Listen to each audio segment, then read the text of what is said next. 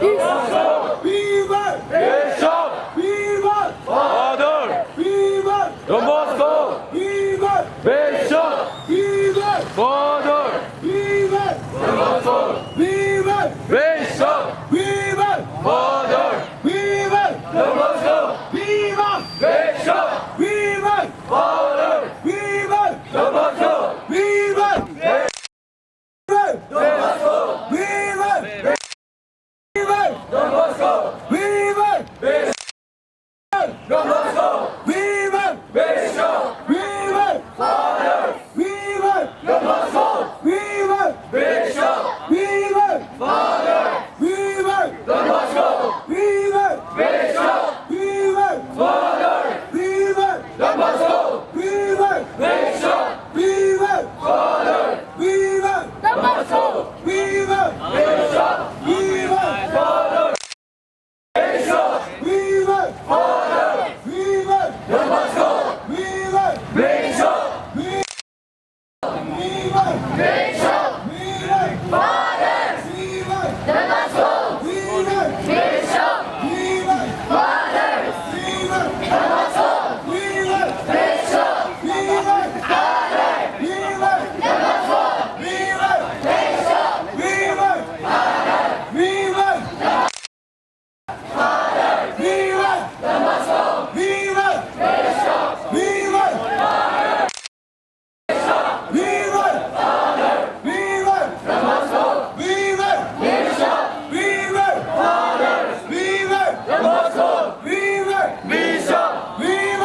Father! Viva! Don Bosco! Viva! Bishop! Viva! Viva! Don Bosco! Viva! Bishop! Viva! Father! Viva! Don Bosco! Viva! Father! Viva! Don Bosco! Viva! Bishop! Viva! Father! Viva! Don Bosco! Viva! Bishop! Viva! Father! Viva! Don Bosco! Viva! Bishop! Viva! Father! Bishop! Viva! Father! Viva! Don Bosco! Viva! Bishop! Don Bosco! Bishop! Viva! Father! Viva! Don Bosco! Viva! Bishop!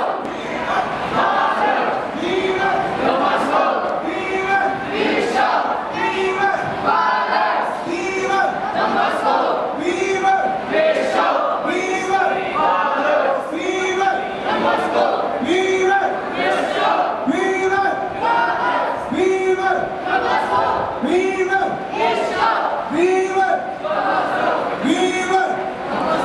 Viva! Bishop! Viva! Father! Viva! Don Bosco! Viva! Bishop! Viva! Father! Viva! Don Bosco! Viva! Bishop! Viva! Father! Viva! Don Bosco! Viva! Kiriman haluan ng bahong pasin, upang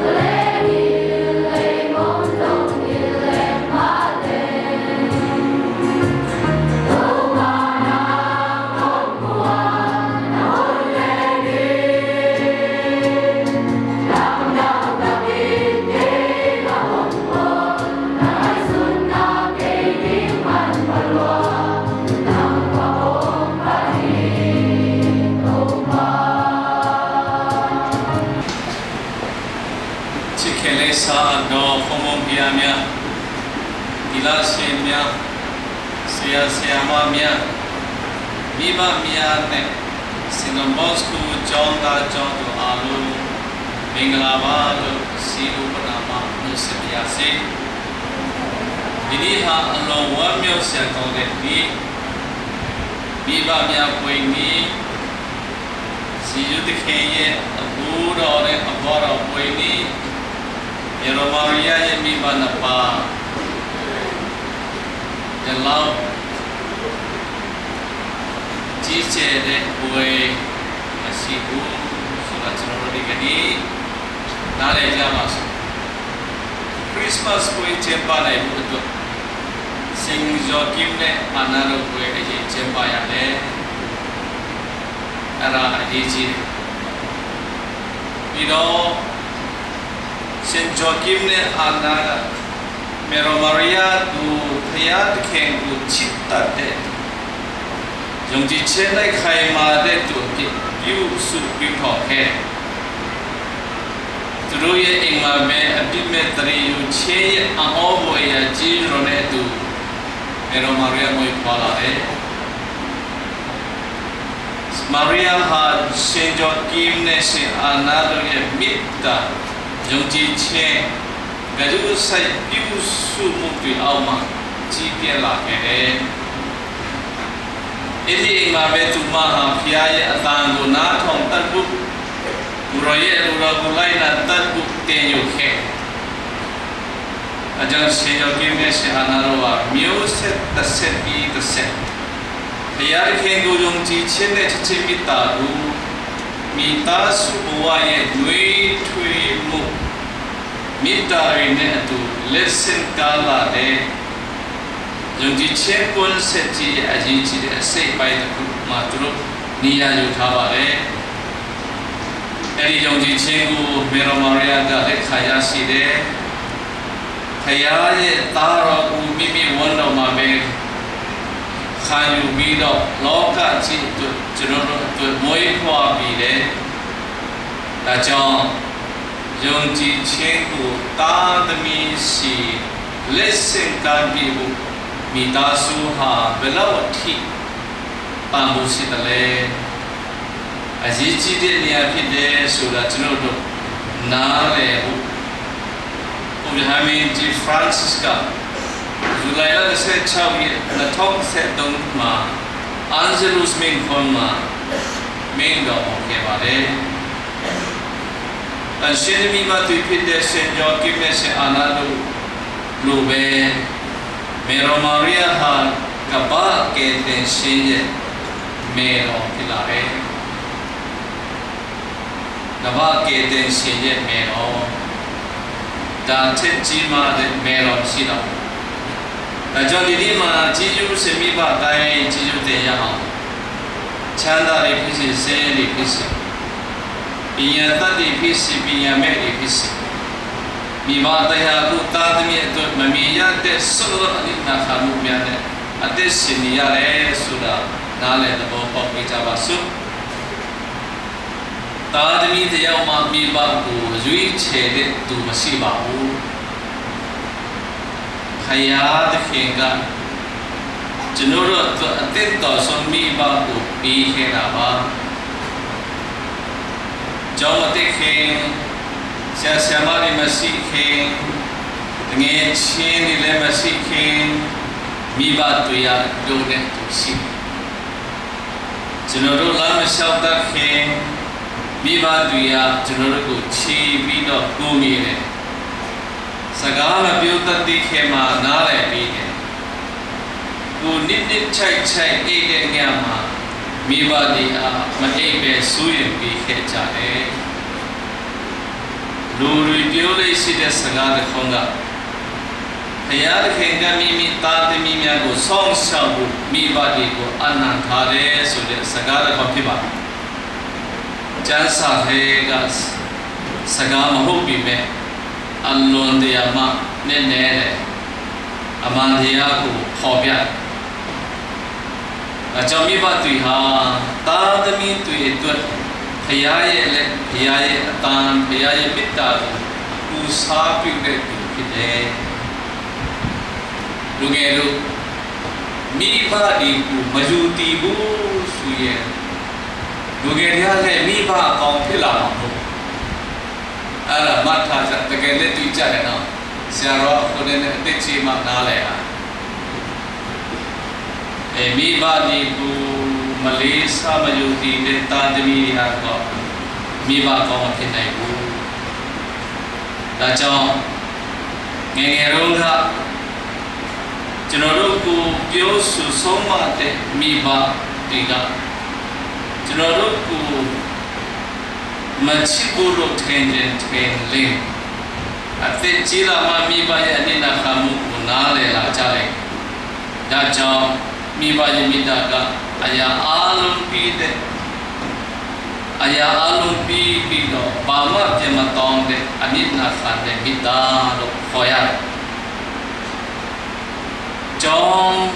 သားသမီးတွေကျောင်းပြနိုင်ဘူးအဝတ်အစားတိတိကိုမဝေပဲနေကြတယ်သားသမီးတွေဘိုင်ဝဖို့အမေကကိုယ်တိုင်ရှော့စားနေရတယ်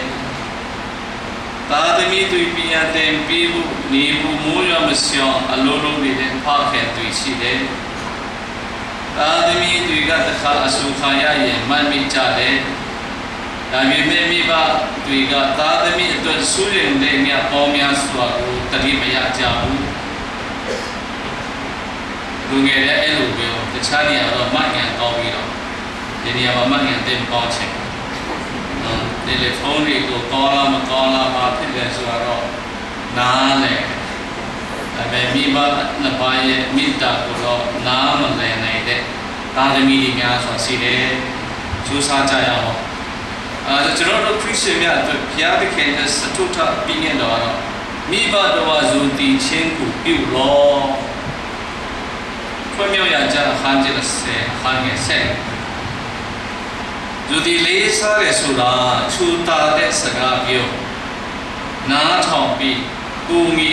စုတောင်းပြီးအသက်ကြီးလာတဲ့အခါပြန်လည်ပြီးတော့ပြုစုဆောင်ဆောက်ခြင်းကိုဆိုလိုပါတယ်အဲ့ဒါကြောင့်ဒီ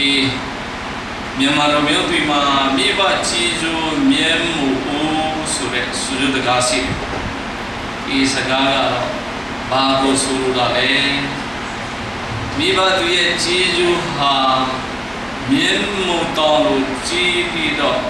မြင်မာပါတယ်ဆိုတဲ့အဓိပ္ပာယ်ပေါက်တယ်လို့ဆရာတော်အနေနဲ့တွတ်ဆမိပါတကယ်လည်းမိဘတွေကသားသမီးတွေကိုဤလောကထဲမှာမွေးဖွားတန်းဆင်ပေးခဲ့ပါငယ်စဉ်ကစားပြီးတော့ကျွေးမွေးပြုစုတယ်ပညာသင်နိုင်အောင်ကြိုးစားပေးခဲ့တယ်လူတော်လူကောင်းဖြစ်လာအောင်ဆုံးမတော်တင်ပေးခဲ့တယ်သားသမီးတွေအောင်မြင်မှုကိုယ်တိုင်အခက်အခဲတွေကိုတိတ်တိတ်ဆိတ်ဆိတ်ခံယူပြီးအနိနာခံကြဒါကြောင့်မိဘတို့ရဲ့ကြည်ညိုဟာဘာနဲ့မှတိုင်းတာလို့မရတယ်လို့ဘာနဲ့မှအစားထိုးလို့မရဘူးအဲ့ဒါဘူဒီမှာရှိတဲ့ကျောင်းသူကျောင်းသားတွေတော့မိဘတဲ့ဘယ်လောက်ဒုက္ခခံမလဲဒီမှာသားသမီးတွေဒီကျောင်းတွေထားနိုင်ဖို့ဆိုတာတော့တော့နိနာခါရတယ်ဒီလေးဒီမှာတော့အတိတ်ငယ်လေးဆိုပြီးမြဲဒီလူငယ်မောင်မယ်တွေကကွန်ပျူတာအားကျွမ်းတယ်အကုန်လုံးတပတ်အကြောင်းလောကအကြောင်းအကုန်လုံးသိဒါပေမဲ့ဘုရားရဲ့အကြောင်းသိဖို့လိုတယ်မယ်ဒီလိုတယ်လီဖုန်းထဲမှာဥလောကအကြောင်းတွေအကြောင်းထည့်ထားတာကောင်းတယ်တမန်ကျမ်းစာနဲ့ဒီလိုပြောမလဲ him ဆိုလိုက်အတင်းတော်ရဲ့တခြင်းတွေထည့်ထားကြပြန်ဖတ်ကြအချင်းတွေလည်းစုကြဆရာတော်တတိယဘူးလေမိမြို့ရောက်ခါစားတော့အိမ်တရိယာအိမ်တရိယာတိုင်းဘာတရိယာလဲဆိုတော့ မိဘပဲအိမ်ဆိုတာထက်အိမ်ထဲမှာရှိတဲ့မိဘကိုတအားတတိယလို့ဖြစ်ပါတယ်ဒါကြောင့်မိဘကြီးစုမြင်မှုဆိုတဲ့မြန်မာစုစကားနဲ့မိဘတော်စုတီချင်းပြုလို့ဆိုတဲ့ဘုရားသခင်ရဲ့ပြည့်ညတ်တော်ဟာတတော်လည်းဖြစ်ပါတယ်။နှစ်ခုစလုံးကကျွန်တော်တို့ရဲ့မိဘတွေကိုတိတတ်ပြီးယုံကြည်လေးစားတတ်ဖို့သာသမီများဖြစ်စေခြင်းနဲ့ဒီကနေ့သာသမီကောင်းမှဖြစ်လို့ဆိုရင်တော့မိဘကောင်းဖြစ်နိုင်ဖို့တော့မြို့လေးချစ်တာနည်းနည်းနေပါဒါကြောင့်ကျွန်တော်တို့ဗာလဲဆိုတော့တတိထားရမှာတော့ဒီကနေ့ဒီအချိန်မှာပုဂ္ဂိုလ်ကိုချီတဲ့လက်တွေဟာတဏှိချရင်ကိုကပြန်တွဲပြီးရမယ်လက်တွေဖြစ်လာတယ်မေအမေကသူ့ရင်ခွန်ထဲမှာပိုက်ထားတယ်လာလျှောက်တယ်ဖို့သူတို့လက်နဲ့ကြိုက်ပြီးတော့ထောက်နဲ့လမ်းလျှောက်တင်ပြီးတယ်တင်ပြီးတဲ့ခုသားသမီးတွေကသူ့ရဲ့မိဘတွေကိုလမ်းမလျှောက်တဲ့အချိန်မှာနိုင်တော့တဲ့အချိန်မှာအဲ့လိုပြန်တွေးပြီးရမယ်တတိထားတော့မိဘရှိပြီးတဲ့လူငယ်မောင်မယ်များမိဘတွေကိုစိတ်ဆူအောင်မလုပ်မိနဲ့ဝတ်နဲ့အောင်မလုပ်မိနဲ့မိုးကောင်းကဲ့တဲ့အဝေးကြီးဝေးသွားလိုက်မယ်ဆိုတော့ကျွန်တော်တို့ဒီကနေ့မိဘတွေကိုဂုဏ်ပြုကြတယ်ရှင်ယောကိနဲ့အာနာတို့ဟာနာမည်ကြီးလို့ယဟန္တာဖြစ်လာတာမဟုတ်ဘူး။တိုင်ရှင်တဲ့မိသားစုတိဆောက်ကြလို့ယဟန္တာဖြစ်လာတယ်။သာသမီတွေကမိဘပြောတာထက်မိဘလုပ်တာကိုပူပြီးတော့တင်ယူကြတယ်။မိဘဆုတောင်းရင်သာသမီတွေဆုတောင်းတတ်ပါတယ်။မိဘခေါ်လို့လာရင်သာသမီလည်းခေါ်လို့တတ်တယ်။မိဘဇူတာရင်သာသမီလည်းဇူတာရတယ်။ဒါကြောင့်ဘုရားမင်းကြီးဖရန်စစ်ကမိဘတွေကသာသမီတွေကိုပေးနိုင်တဲ့အကြီးဆုံးအမွေဟာငွေကြီးမဟုတ်ပဲယုံကြည်ခြင်းမေတ္တာနဲ့စာနာမှုကောင်းပဲဖြစ်တယ်လို့သူအသစ်စင်တော်ကမကြာခဏအားပေးစကားပြောခဲ့ပါအဆွေစင်ဒေါမစကိုကျောင်းသူကျောင်းသားပေါင်းလို့ပညာရေးဆိုတာအမတ်ကောင်းရတစ်ခုတည်းမဟုတ်ပညာသင်တယ်ဆိုတော့လူတော်လူကောင်းဖြစ်လာဘူးစင်စံဘောစုကလူငယ်တွေကိုခရစ်ယာန်ကောင်းနိုင်ငံသားကောင်းဖြစ်စီချင်တယ်စာမီးပွဲအမတ်ဒီကိုတနည်းလူတွေကမိသွားတယ်ဒါပေမဲ့ကိုယ့်ရဲ့ချင်းစာရိတ္တကိုလူရမဲတတိယအောင်မဲဒီကနေ့ငါဟာမိဘဒီအတွက်ဘုံလူရတဲ့တာသမီတယောက်ဖြစ်ရဲ့လားမိဘကိုကြည်ဥတင်မှုတတိယရဲ့လားမိဘတွေကိုကူညီရဲ့လားလို့ကျွန်တော်တို့ကိုပြန်မေးမြန်းရတယ်အတိတ်ငယ်လေးနဲ့မိဘတွေကိုဆော်ကားတဲ့လူငယ်လေးတွေရှိတယ်အဲ့ဒါတိတ်ဟုတ်ချင်တခါတလေမိဘတွေအလူချင်းဆုံးလက်ဆောင်ကပစ္စည်းဥစ္စာမဟုတ်ဘူးကြည်ကျတင်ပါလေဖေဖေမေမေအဖေကိုချစ်တယ်အမေကိုချစ်တယ်တောင်းပန်ပါတယ်ဆိုတဲ့စူတာတဲ့စကားတွေဖြစ်ဒီစကားတွေရမိသားစုတစ်ခုလုံးကိုပြန်လဲနှွေးထွေးရှိခေါ်အားဖြစ်ရှိလောကမှာဘုရားရဲ့နိုင်ငံတို့တည်နိုင်ဖို့ခေါ်အားဖြစ်တယ်မိသားစုတော်ဖြစ်နိုင်ဒါကြောင့်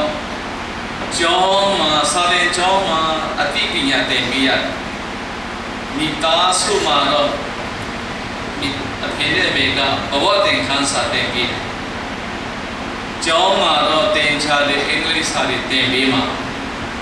မိသားစုမှာတော့မေတ္တာတရားကိုသင်ပေးတယ်ကျောင်းမှာတော့သိပ္ပံပညာဝိညာဉ်ပညာတွေသင်ပေးကြမှာမိသားစုကတော့ပူချင်းတရားသင်ပေးပါလေဒါကြောင့်ကျောင်းနဲ့မိသားစုလက်သွေးတဲ့အခါ တာသမီတွေရလူတော်လူကောင်းဖြစ်လာကြတယ်ဖြစ်လာနိုင်တယ်အဲ့ဒါမှထားကြလူငယ်လေးမိမိရဲ့အိမ်မှာမိဘတရားဘယ်လောက်ထိဒုက္ခခံတယ်အပင်ပန်းခံတယ်စဉ်းစားရအကြောင်းချစ်ခင်လေးစားတဲ့လူငယ်မောင်မယ်ပေါင်းတို့ဒီကနေ့မိဘများကသာသမီတွေကိုမေတ္တာစိတ်ရှိခြင်းယုံကြည်ခြင်းနဲ့ပြုစုပြုထောင်ကြပါတယ်သာသမီများကမိဘကိုလူတိလေးဆန္ဒထောင်ကျေးဇူးတည်တတ်ကြပြီးတော့အသက်ကြီးလာတဲ့အခါပြန်လဲဆောင်းရှောက်သူတို့ကဆောင်းမြူပြီးတယ်အခုကျွန်တော်တို့ချင်းလူမျိုးတွေကအဖေနဲ့အမေနဲ့သားသမီးနဲ့ကိုယ်ပြားနေပိုက်ဆံပူတာလောက်နဲ့အကုန်လုံးမပြည့်စုံဘူးအဖေနဲ့အမေနားပါတွားနေပြရမယ်ဆိုတာအရေးကြီးစင်တော်တို့ကိုလိုက်ရသားသမီးတွေအမေနားမှာအဖေနားပါတွားနေပြီးခြင်းဟာ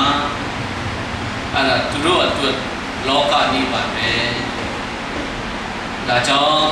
ဆရာဆရာမများကအကြောင်းစုကျောင်းသားတွေကိုစာတင်ပြီးတာတာမကစိတ်ဓာတ်နဲ့အကျဉ်းစာရိတ္တကောင်းမအောင်ပြုစုပြုထောင်ပေးကြပါလို့လည်းဆရာတော်အနေနဲ့မှာကြားလိုပါတယ်ရှင်ယောဂီနဲ့ဆရာနာတို့ကဘုတို့လိုမိသားစုတိုင်းမှာအစ်စင်နိုင်မယ်ဆိုရင်တော့ကျွန်တော်တို့မိသားစုကျွန်တော်တို့ရဲ့ကျောင်းတွေကိုပုံမူကောင်းလာနိုင်မယ်တင်းတော်ကျတဲ့ပုံမူခိုင်မာလာနိုင်မယ်။ယမဘီကျတဲ့ပုံမူငင်းချလာနိုင်မယ်လို့ဆရာတော်ကြည့်ပြီးပါတယ်။အကြောင်းသားသမီးများတွင်ရှင်အနိနာခာနေကြတဲ့မိဘတိုင်းကိုဘုရားခင်ကောင်းချီးပြီးတော်မူပြီးတော့သားသမီးများကလည်းမိဘကိုဇွန်တီလေးစားနာထောင်ကျေးဇူးတတ်ကြရဲ့အသက်ကြီးလာတဲ့အခါပြန်လဲဆောင်းရှောက်နိုင်တဲ့သာသမီကောင်းများဖြစ်နိုင်ဖို့တရားသခင်ဟာဆုတောင်းကြပါစို့ဘုရောရှင်ကအသက်ရှိခြင်းအသက်ပြောဆွင့်ခြင်းကောင်းကြီးများနဲ့ဝေဝေဖြာဖြာပေးကြပါစေလို့ဆုတောင်းပေးလိုက်ရတဲ့ဒီနေ့တော်တွင်ကောင်းချီးမင်္ဂလာအစင်တော်ရာ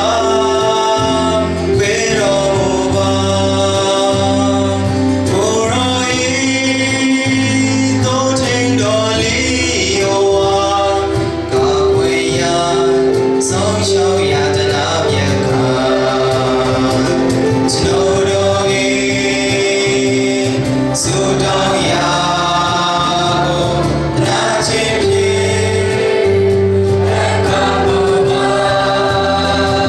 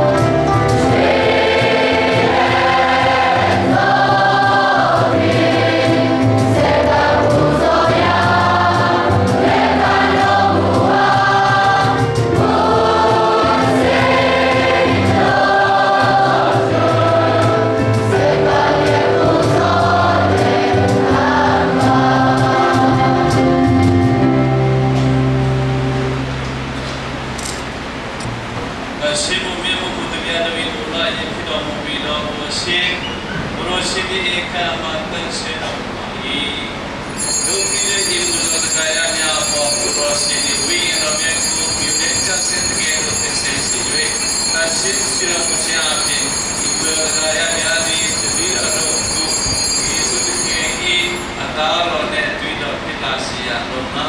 ပြီးတော့ကောင်းရှောက်ကြပါလေဒီပြတော့တဲ့ခေဒီအနာချေခါရရွေးပြီးပြန်လို့ရန်တိုင်းဒုက္ခဝေဒနာဆန်ထားတော်မူပြီးမောကုစုတော်မူရဲ့ချီးတဲ့တော်မူပြီးတဲ့ဖဲတော်မူရဲ့မိမိတပည့်တော်ခြေတော်ပြီးတဲ့ဘိန်းတော်မူပြီးကဒီလိုအလုံးဤရာပူဇော်လေးစားကြတော့ဣရိကတင်တော်ဘုအနာခယမိငါဤခန္ဓာကိုဖြစ်တည်း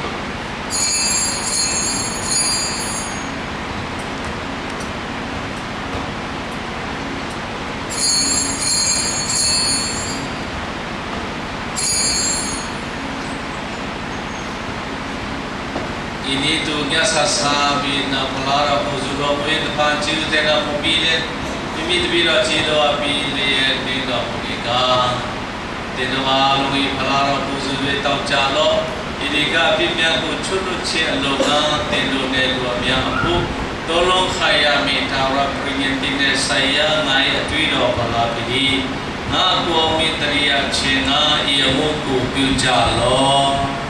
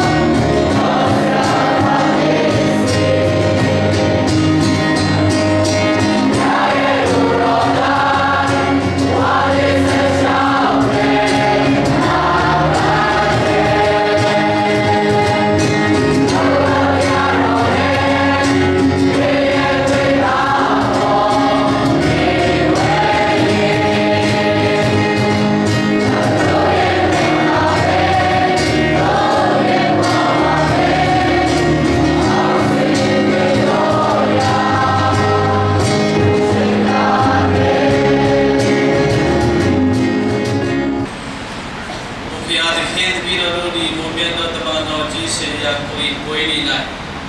သူတို့ရှင်နေချီယူတော်များကိုဝမ်းမြောက်ဝမ်းသာခါယူခဲ့ကြတဲ့တကြီး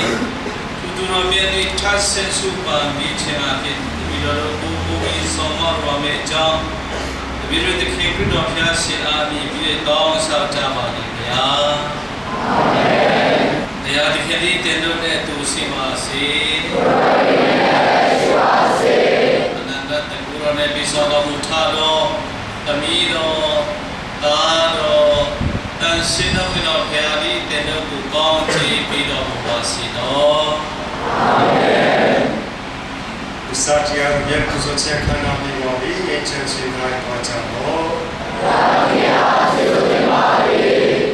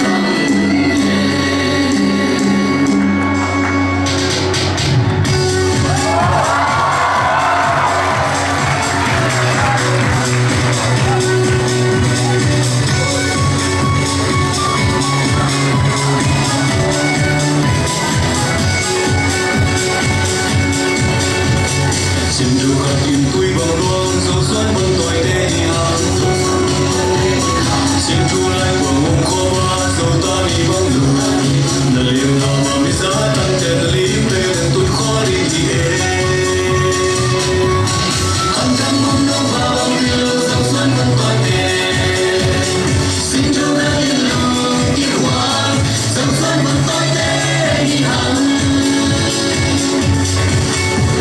Sen lông xem đồ ba bằng bia dòng xuân mong đồ đeo lên ta Xin đang qua đèn ngõ lâu yên qua cũng ba bóng bò Quân sung khách biển dòng xuân vẫn tôi đâu mi thế đi hẳn Anh đang mong đang ba bằng bia dòng xuân vẫn tôi thế Xin chú gái tin lương kỳ hoa dòng xuân vẫn tôi thế đi hẳn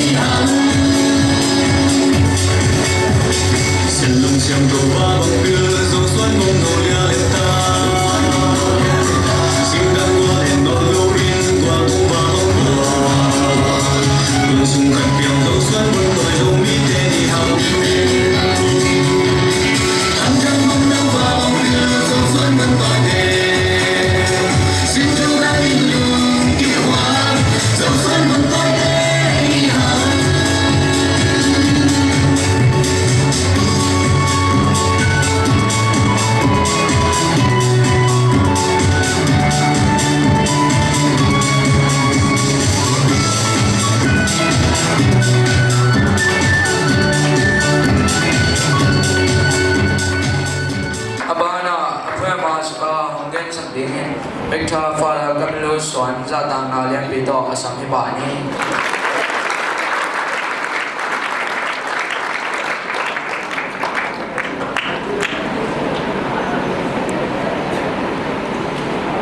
Aduwe Minglava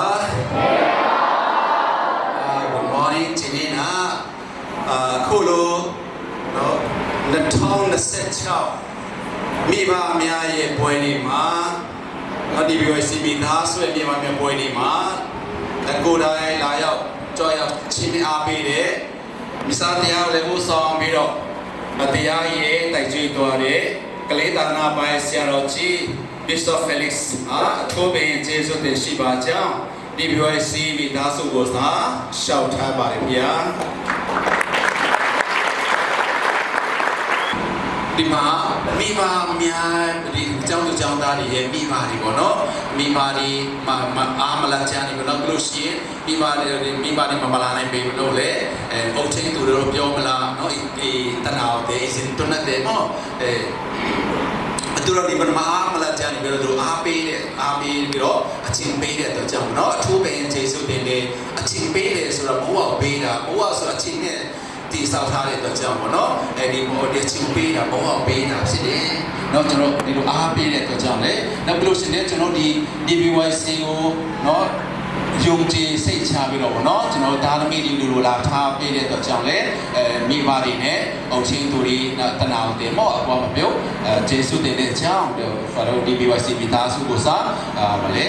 ပြောကြလိုပါတယ်နဲလို့ဘွမ်လို့chỉ có ông thầy sẽ mà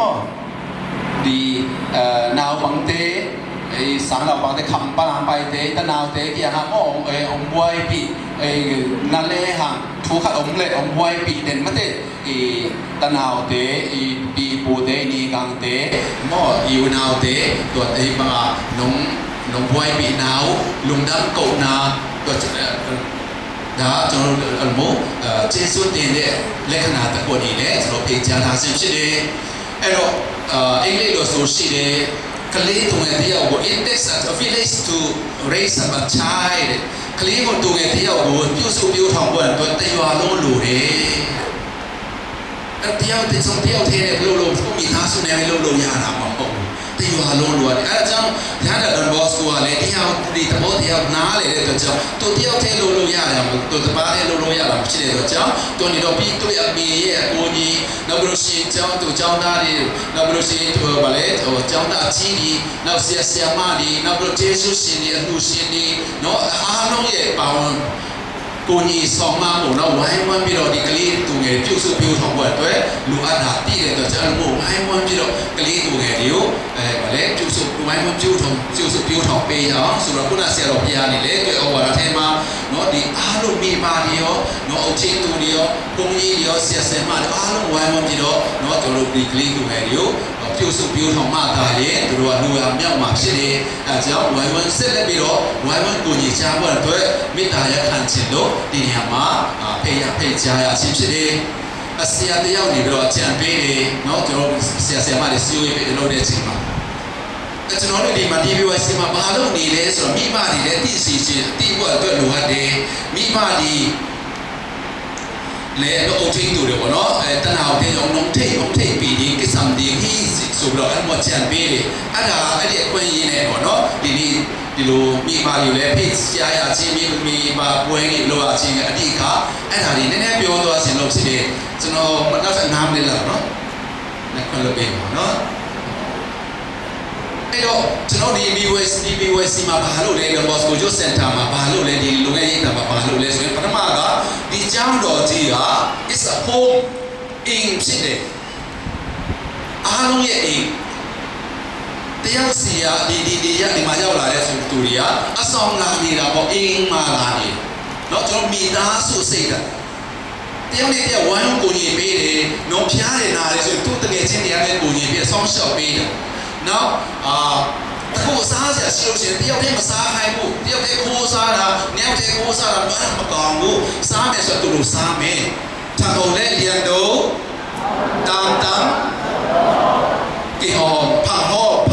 မောအဲ့လိုမျိုးမိသားစုစိတ်ဓာတ်ကိုကျွန်တော်တို့ဒီမှာ in is a home မိသားစုစိတ်ဓာတ်နဲ့အဲ့ဒါကြောင့်တချို့လဲသူကျောင်းသားတွေဆိုလို့ရှိရင်နော်နေဖြစ်တဲ့တော့နေရာဒီတော့ဘာလို့မပြန်ဘူးအချစ်စုကောင်းတယ်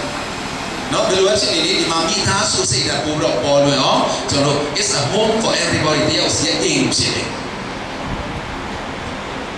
နောက်ပြီးလို့ရှိရင် is a parish no Paris Paris ko mo bimelo Paris madima mi dai mi sa dia shire sekri ni sei ne nya mi tare dolo sore answers mi tare sore no edoကျွန်တော်တို့ဒီမှာကယုံကြည်ခြင်းကိုတော့ရှင်းချက်လာအောင်နောက်တို့ဒီဖရာတရားကိုတော့ရှိလာအောင်နောက်ကြလို့ရှိရင်ဒီလူတွေပဲဖရာရဲ့မှုတော်ထမ်းဆောင်ဖို့အတွက်ဖရာမှုတော်ထမ်းဆောင်တဲ့မိသားမိခင်တယောက်နဲ့ဖခင်တယောက်နေနဲ့လူငယ်တယောက်နေနဲ့လှုပ်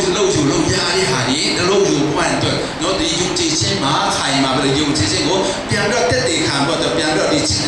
ဖရာရဲ့ကောင်းမြတ်ခြင်းဖရာချစ်ခြင်းပြန်ဝေမျှတဲ့တူတွေဖြစ်ဖို့အတွက်ကျွန်တော်တို့ဤစင်နဲ့မြဤနဲ့မြဘာလဲတင်ပေးနေတာဖြစ်တယ်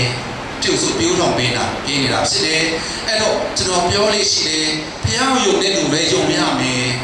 ဖះချစ်တဲ့လူတွေကမိပါလိလားညီကိုမောင်မလည်းတပားသူတွေချစ်နေမယ်ဖះအားကိုးတဲ့လူပဲအားကိုးရနိုင်မယ်ဖះချီးမွမ်းတဲ့လူလည်းချီးမွမ်းထိုင်မယ်ဖះကိုကိုးစားတဲ့လူကကိုးစားထိုင်မယ်ဖះကိုဘုံပြုတ်တဲ့လူလည်းဘုံပြုတ်ထိုင်ပါဖះကြောက်တဲ့လူလည်းလူတွေကိုကြောက်ပါမိဘကိုကြောက်ပါအဲ့ဒါကြောင့်ဖရာတရားနဲ့ကျွန်တော်ပြုစုပြောထောင်နေပါတယ်အခြားနေရာတွေနဲ့မတူအောင်ကျွန်တော်တို့ဒီဘက်ဆုံးဖွင့်ပြရေးမှာဖရာတရားဟိုလူကြီးကြီးပိုက်ဆိုင်လေကျွန်တော်အားဆိုင်နေပါတယ် It's now a school ကျောင်းဖြစ်တယ်စာတင်ကျောင်းပညာသင်ကြားနေတဲ့ကျောင်းပညာဆိုရဲဆိုဒီစာပေပညာပဲမဟုတ်ဘူးအခြားအသိပညာအတတ်ပညာเนาะဒီတိတတ်တဲ့ပညာအကောင်းအဆိုးခွဲခြားတတ်တဲ့ပညာအကျိုးအကြောင်းခွဲခြားတတ်တဲ့အကျိုးအကြောင်းဒီမှာအကျိုးရှိအောင်ကျွန်တော်ဒီနဲ့မြင်နေတိုင်းတွင်တင်ပေးနေတယ်ဒါလို့ရှိရင်ကျွန်တော်ဒီမှာစာရေးတဲ့ပုံတော့သူတို့ရဲ့ best song ကောင်းစားတဲ့တင်ပေးနေအဲ့ဒါပညာတွေပေးနေတယ် Now a playground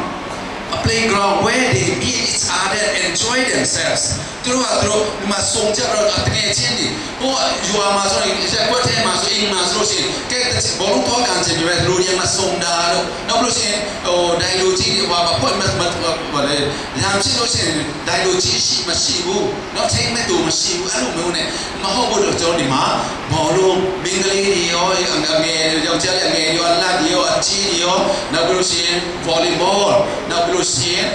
ချင်းလုံးtable tennis စဝိုင်းတင် tennis ဘောနော်ပြီးလို့ရှိရင်ချက်တော့နောက်အကွာမျိုးစုံကျွန်တော်နောက်ဆိုရှင်ကျွန်တော် gym ဒီမှာဘောနော် fitness မင်္ဂလေးတွေယောက်ျားတွေတော့မိုးစူးစမ်းနေတယ်အခုတော့စာအုပ်တွေနဲ့ဗာနဲ့မပြည့်စုံသေးတဲ့အတွက်ကြောင့်ဘောနော်ကျွန်တော် best ဆိုတို့ရဲ့ဒီကစားရဲဆိုတာနော်ဒီခန္ဓာကိုယ်ကျမ်းမာရဲ့အတွက်ပဲမဟုတ်ဘူးစိတ်ကျမ်းမာရဲ့အတွက်လည်းဝိညာဉ်ကျမ်းမာ best ဆုံးပါအထောက်ကိုပြုတယ်အဲ့တော့ဒီအာကစားဆိုတာနောက်လို့ရှိရင်ကျွန်တော်ဒီမှာပြိုင်ပွဲတွေလို့မနေ့ကဆိုပြိုင်ပွဲတွေလို့ဒီမိန်းကလေးယောက်ျားလေးပေါ့နော်အကြီးအလက်အငယ်ပေါ့နော်ဟိုအာကစားကစားတယ်ဆိုတာနော်တယောက်စီတို့နေရာနဲ့တို့နေရာယူတတ်ဖို့အတွက်နောက်တယောက်နဲ့တယောက်တီးခါခေါ်လို့တယ်တယောက်နဲ့တယောက်လေးစားတယ်အကွက်စီးနဲ့လှုပ်တတ်ဖို့အတွက်တယောက်စီနဲ့တာဝန်ယူတတ်ဖို့အတွက်ဘုဒ္ဓမာဆိုတော့မဝင်ရလို့တော့အတက်နဲ့ရင်းတော့ကာကွယ်တို့တာဝန်ယူတို့နေရာနဲ့တို့ဘယ် defender နောက်လူကောက်ခံလို့အလေလို့အရှိတန်းစားတယ်နော်သူညာနဲ့သူဒါတွေကသူ့ရဲ့ဒီကစားခြင်းတဲ့ကစားတာတဲ့သူ့နောက်ွယ်မှာအများကြီးပါတယ်သူမြောက်နိုင်တာတဲ့ကိုယ်စိတ်ကိုယ်လောကအတ္တကိုယ်ဒေါသကိုယ်လောဘကိုအဲ့ဒါတွေနိုင်ခွင့်အတွက်ဆိုတော့တွန်းတင်နေတယ်သူတို့အတွက်ပျော်ရွှင်စရာကျမ်းမာကိုစိတ်ခန္ဓာကိုကျမ်းမာရေးစိတ်ကျမ်းမာရေးဝိညာဉ်ကျမ်းမာရေးဘက်ဆိုအတွက်ကျွန်တော်တို့ဒီဟာကိုကြည့်ဆိုဆောင်ရှောင်နေတယ်ဒီဟာကိုဖန်တီးပေးနေတယ်အားပေးနေတယ်ဆိုတော့မိဘတွေအုပ်ထုံးထောင်တည်ထိုင်သူတွေကိုဒီဟာတွေအကြောင်းဒီတော့ဗလဲတီးပေးနေတယ်အဲ့တော့ကျွန်တော်တို့ဆိုကျောင်းမှာဘာစနစ်ကိုတုံးလဲဆိုလို့ရှိရင်အကျမ်းကြီးမဟုတ်ဘူးနဲ့နှုတ်ဒီဟိုကျိုးတင်ကာကွယ်နည်းစနစ် preventive system လို့ခေါ်တယ်နော်ဒီစနစ်ကိုသုံးမယ်မလောင်ခင်တာမဖြစ်ခင်မှာကျိုးတင်ပြီးတော့တတိပေးမဖြစ်ရလေအောင်ဆိုတဲ့နော်ဒီ preventive system အဲ့ဒါဘယ်မှာခြေခံထားလဲဆိုလို့ရှိရင် reason religion and loving kindness reason ကျိုးကြောင်းတဲ့အကျိုးကြောင့်ဒီလိုမျိုးလို့ရှိရင်ဒီအကောင်းတွေလို့အကောင်းရောက်သွားမယ်မကောင်းတဲ့လို့ရှိရင်မကောင်းတဲ့ရောက်သွားမယ်ပျက်စီးသွားမယ်အကျိုးအကြောင်းကိုစိတ်ရှိသေးခံစွာနဲ့ရှင်းပြတယ်ပြောပြတယ်ဒါပြောပြတော့မှအခုလည်းဒီမှာလက်ဆော့ပြီးတော့ကစားနေတဲ့နော်လူတွေရရှိတယ်မစ္စာချင်မှာတော့ဘလာဝဲဖေးပေါ်ဆရာတော်ဖေးဟောလာတော့မှဒီလူတွေနားလေစီစဉ်လိုက်တာမဟုတ်ဘူးအိမ်နိုင်တဲ့လူကရှိတယ်အရန်ချစ်ဖို့ကောင်းတာနော်အဲ့တော့ဘလာဝဲပြောအစနဝမ်လို့အစတေးလို့คนข้าองค์เทพไอ้ถอยด้านนอกဆိုတော့အဲ့လိုမျိုးတွေလည်းရှိနေ တယ်။အဲ့ဒါကြောင့်အကျိုးအကြောင်းမကြာခဏပြောတော့တချို့တော့တစ်ခါပြောရတယ်။ဒါပေမဲ့တချို့ကတော့နှစ်ခါပြောလဲ၃ခါပြော10ခါပြောလဲမရဘူး။ဘာလို့လဲသူရဲ့ brother အနောက်ခံမတူဘူး။ရပါမရတယ်လို့လည်းတော့ငီးငွေ့နေတာဒီဘုံကြီးကတချင်းလုံးတာပဲပြောနေ။ဟိုလိုအဲ့တော့ဘာပြောနေလဲငီးငွေ့နေဟိုကဘာဘာ别人呀，那说我这暖变了，我高暖到高暖到暖暖到，我内神暖到，我木打到我来么，自己讲ให้เบลก็นกด่าน么，ดูเลยปาร์ตี้ขันแรงสิ้นแล้วจะไม่ดีเบลโอเคส่วนเราอารมณ์เราดีอ่ะจู่เจ้าไม่อยากยอมอยากเป็นอันนั้นไม่รู้เชียนเดี๋ยวบอกเลยจู่เจ้าจู่ที่เจ้าที่มาจู่ที่เจ้าที่จู่ที่เนาะยอมอยากเป็นนั่นไม่รู้เชียนบาตาที่เนาะบาตาที่พยาโหดที่เนาะพยาโหดที่เนี่ยนี่พยาส่งมาที่ส่งมาเนี่ยตัวส่งมาเลยဘာဖြစ်လို့လဲလူဆိုတဲ့တဲ့တော့ဖြစ်တည်ခြင်းမှာကြောက်သေးဘောနော်နောက်ပြအပင်ပြလို့ရှိရင်ပါရှိတော့တရိษံပြလို့ရှိရင်လူပြလို့ရှိရင်ဖယားလူကဘာနဲ့ကြားမှာရှိတော့ဖယားနဲ့တရိษံကြားမှာအပေါ်မှာဖယားအောက်မှာတရိษံအဲ့တော့ဖယားဟောတဲ့တရားကောင်းတဲ့ຢာမြတ်တဲ့ຢာတွေနဲ့ပြောလို့ဆောင်ရွက်လေလေသူကြီးကစဉ်းစားလေဆောင်ရွက်လေလေအထက်ကဖယားနဲ့တူလေဘုရားရှိခိုးတာနဲ့သူဘုရားဆရာတို့ဘန်းဆမ်အဟောရပါတဲ့သူတို့နုံတလေအဟောရပါမဆရာတို့ဘန်းဆမ်သူတို့ကလေဘူပေအကိနာလို့တင်ဆေမနာငိုင်းအဝတ်တော့ဘောလေဟာငိုင်းဆုနေဆေလေဘန်းချီအနွားရဂန်ဟင်တော့တရိစံနဲ့တူလီလေအဲကြောင့်ဘုရားတရားဆိုလို့လားမလို့လားအဲကြောင့်ဘာသာတရားဘုရားဆုံးမတရားဆုံးမနဲ့တော့ဘာသာတရားဘုရားတရားနဲ့နောက်ဘလို့ရှင်အားလုံးကသူတို့ဗာလေမေတ္တာတရားအခုန preventive system လို့ခေါ်တဲ့ကျိုးတင်ကာကွယ်ရေးစနစ်ကိုဘယ်မှာအခြေခံလဲ၃ချက်ပေါ့နော်ပထမကကျိုးကြောင်းတရားဒုတိယကဘာသာတရားတတိယကမေတ္တာတရားဒီ၃ခုပေါ်မှာတိုင်၃ခုပေါ်မှာခြေခံတာပေါ့နော်မေတ္တာတရားဘာလို့လဲတရားလေးလုပ်နေတာသူ့ချစ်လို့သူ့ကောင်းစားစီစီလို့ချစ်တယ်ဆိုတော့သူ့ကောင်းစားတစ်ဖက်သားကောင်းစားစီစီသူ့ကောင်းစားလို့ရှင်တော့သူကိုတော့ရှိတယ်ကောင်းစားခံရတယ်နော်သူတို့ကောင်းစားရဲ့အတွက်နော်သူတို့ဒီလူတွေကြီးပွားချမ်းသာတော့ကောင်းစားလို့ဒီဟာရတဲ့အချင်းဒီမို့စိတ်ဓာတ်ဒီတော့ပြုံးမလို့မကောင်းဘူးမလုံနဲ့ပြည့်စည်သွားမယ်ကောင်းစားခြင်းစံကျင်ဖြစ်သွားမယ်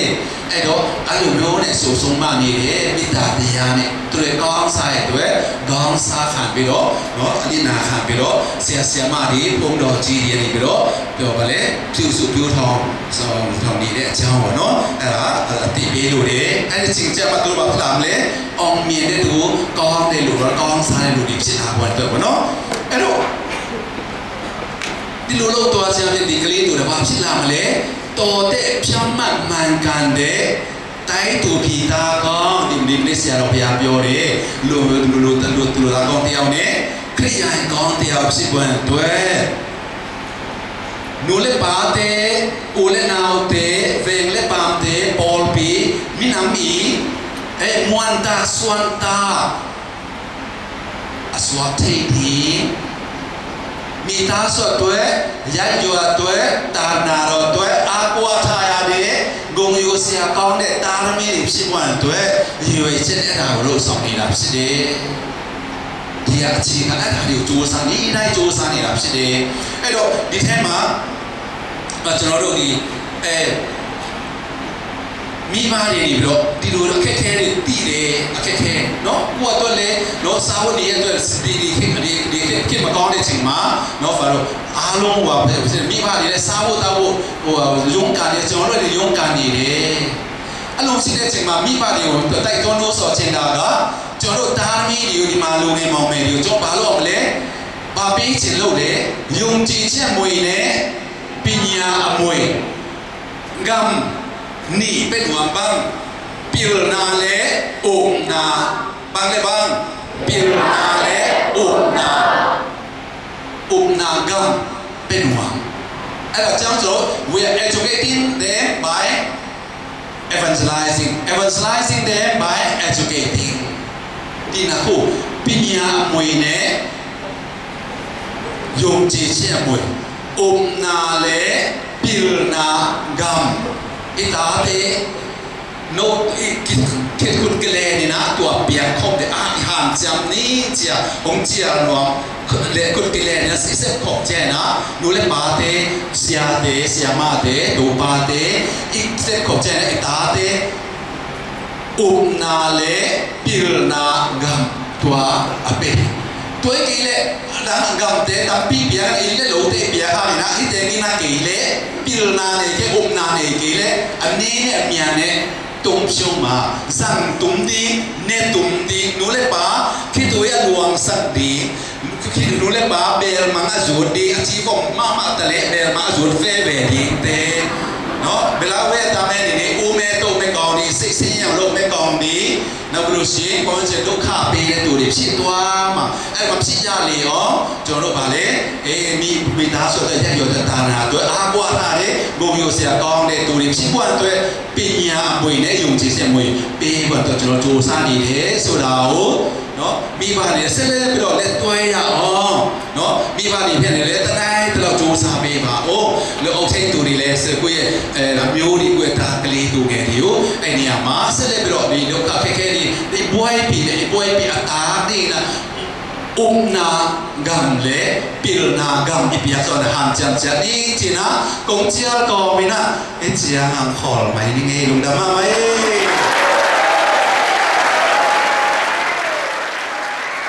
Sele yue mi ba mya pwe ni kong pyo de chi ti so pe ba ya ji se chang da chang tu mya a yin ne so phe ko a ba le shin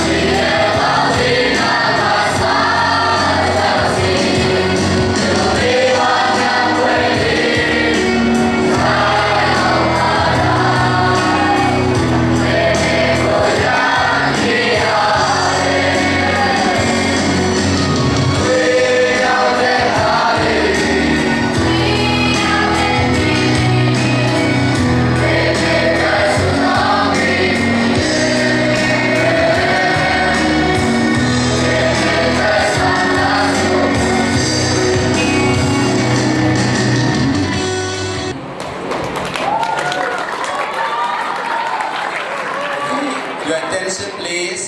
အခုနပြောဖို့မေ့နေလို့ sorry ဒီမှာဆရာတော်ဖျားနဲ့เนาะဘုံတော်ကြည်နေပြီးတော့ဘာလို့အတွက်ယူလာတဲ့ချိုးစင်လေး30ချရအောင်ကျေးဇူးတင်တဲ့အနေနဲ့ DBYC လက်ခုပ်တီး1 2 3 start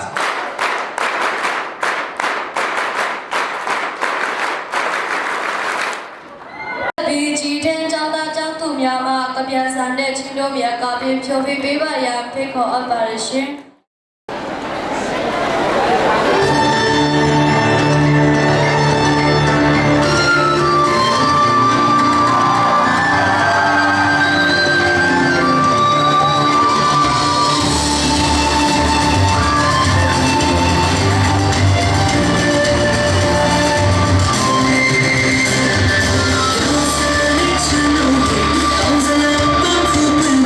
They know you all got tension, oh yeah.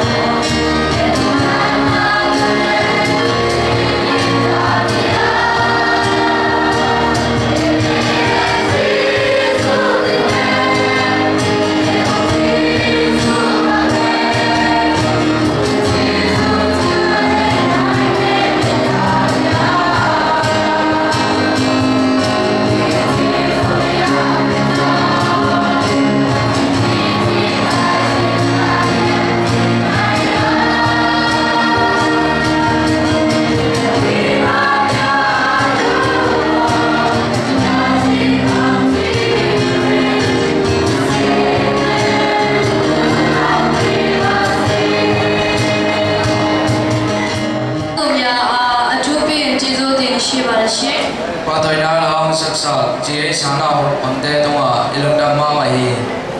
ယခုအခါကရောကျိုးဖရှုချင်းအစီအစဉ်ဖြစ်ပါတော့ကြောင်းကရောကျိုးဥဆောင်ပေးပါရန်အစမတအားလေးစားစွာဖိတ်အပ်ပါတယ်ရှင်မိဘဆရာများကရောကျိုးဘုရားနဲ့နိုင်တကိုင်းကြီးညီမှန်ရာပြတာတဲ့ရာရွေးဆိုနာတွေအနန္တကုန်ကြီးလာတော့အာရှရအနွယ်ဝင်မိဘဆရာတို့ရှင်မိဘဆရာတို့ဤတပည့်သားရင်များဖြစ်ကြသောကျွန်တော်ကျမတို့သည်ငယ်ရွယ်စဉ်ကမိဘဆရာတို့ဤအတက်ကိုတင်ဆုံးမပြင်၍ဘေးကိုစီးကတဲ့ရန်မြင်ပြမှုတို့ကြောင့်တက်တဲ့ပညာတိတဲ့ရာကိုတိကာတက်နေခဲ့ပါသည်ထိုထိုကုန်ထူကျေးဇူးအမှုကိုမှန်စွာသိမြင်တတာရွှင်၍ဆရာပုံကိုကြည်ညိုရှိခိုလက်ဆယ်ဖြာမို့ဦးရွက်ချိုး၍ကတော့အပ်ပါသည်မိဘဆရာတို့ရှင်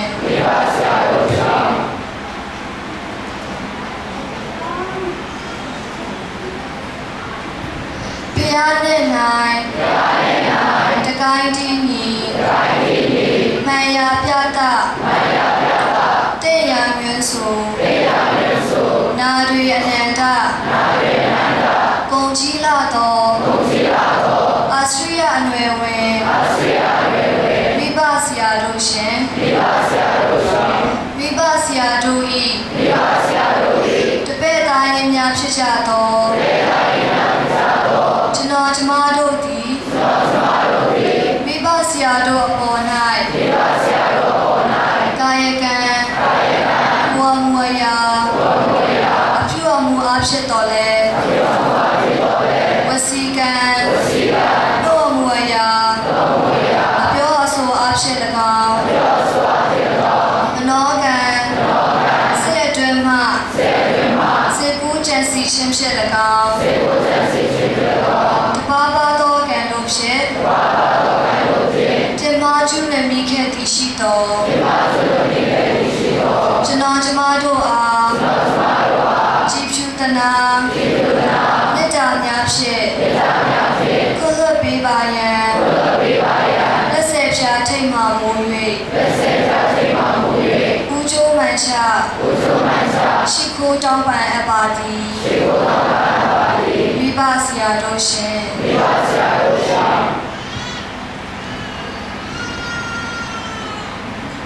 ဘုရားနဲ့နိုင်တကိုင်းတင်းညီမှန်ရာပြတာတဲ့ရာရွေးဆိုနာတွေအနန္တကုန်ကြီးလာတော့အာရှရအနွယ်ဝင်မိဘဆရာတို့ရှင်မိဘဆရာတို့ဤတပည့်သားရင်များဖြစ်ကြသောကျွန်တော်ကျမတို့ဤကျေးဇူးကုန်ရှင်ဆရာသခင်မိဘဆရာတို့အားအသက်ရာကျော်တိုင်အောင်ကျွန်တော်ကျမတို့ဤအပူဇော်ခံနိုင်ကြပါစေကြောင်း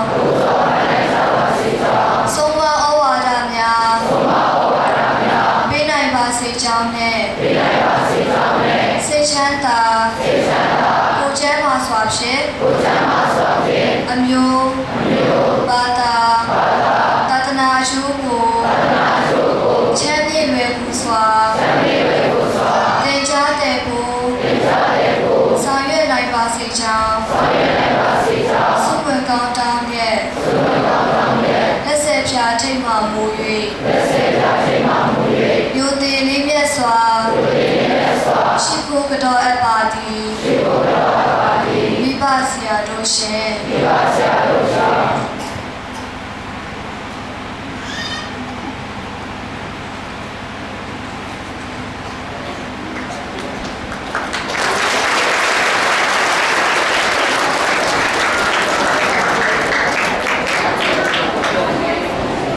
ယခုအခါမိဘများကိုစားတအုပ်ကုမရင်တွင်ဖြစ်စကားပြောချမိပါရန်မျိုးသည်လေးစားစွာဖိတ်ခေါ်အပ်ပါရှင်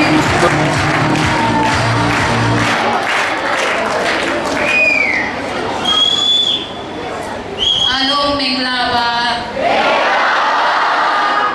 လူလည်းပါဟပ်ပြောပြောအချစ်တကြရင်နာကွာမအောင်တင်လို့ရင်နာကကြေးရလုံးတဲ့နံပါတ်ဒီလုံးချစ်ကြရင်အောင်တင်ကကြီးကေဆုံးကြည့်ကြည့်ခေါ်နာဘာမနေကကြီးလို့နေလို့ကကြီးမနေနာကချာနာအောင်လေအမိုင်စကုလ်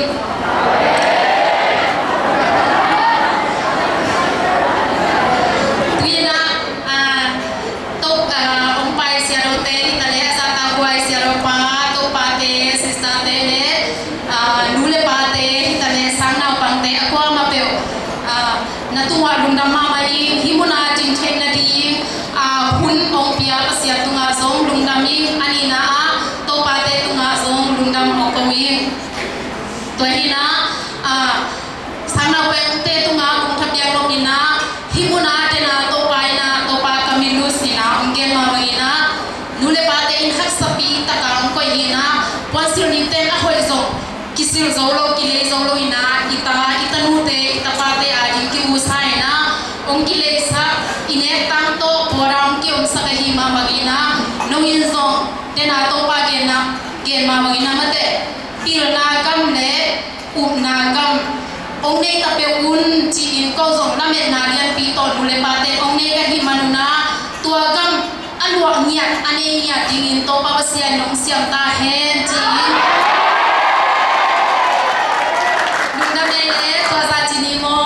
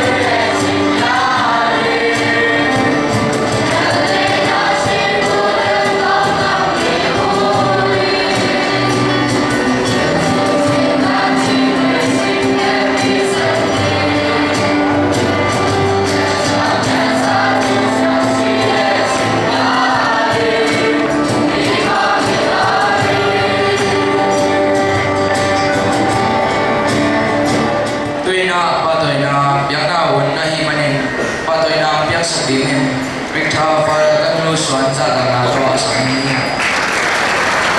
ကျွန်တော်တို့ဒီစုပေးပွဲရတော့တိတ်ချမှာမဟုတ်ပါဘူးဘာဖြစ်လို့လဲဆိုတော့ဒီပြည်ခဲ့တဲ့နေ့ပေါ့နော်2025-26ညတဲ့နေ့မှာ Grade 12 အောင်မြင်သွားတယ်ဆိုလိုမျိုးတဲ့အခက်အခဲရှိတယ်အဲဒါကြောင့်တော့ဒီလာမယ့်နေ့မှာတော့ပို့တော့ဒီထက်နော်ဟောကျွန်တော်တို့စုပေးပွဲမှာပို့တော့တန်းစီပြီးတော့ပေါ့နော်လာဖို့အတွက်မျှော်လင့်ထားပါတယ်ကြိုးစားနေပါတယ်အကြောင်းပေါ့နော်ကျန်တဲ့လူတွေလည်းဒီကလူတွေကစုပေးပွဲမှာနောက်နေ့မှာညအာလာဖို့အတွက်မျှော်လင့်ထားတဲ့ကြိုးစားနေတဲ့အကြောင်းပြောရင်းနဲ့ဗါလေဒီ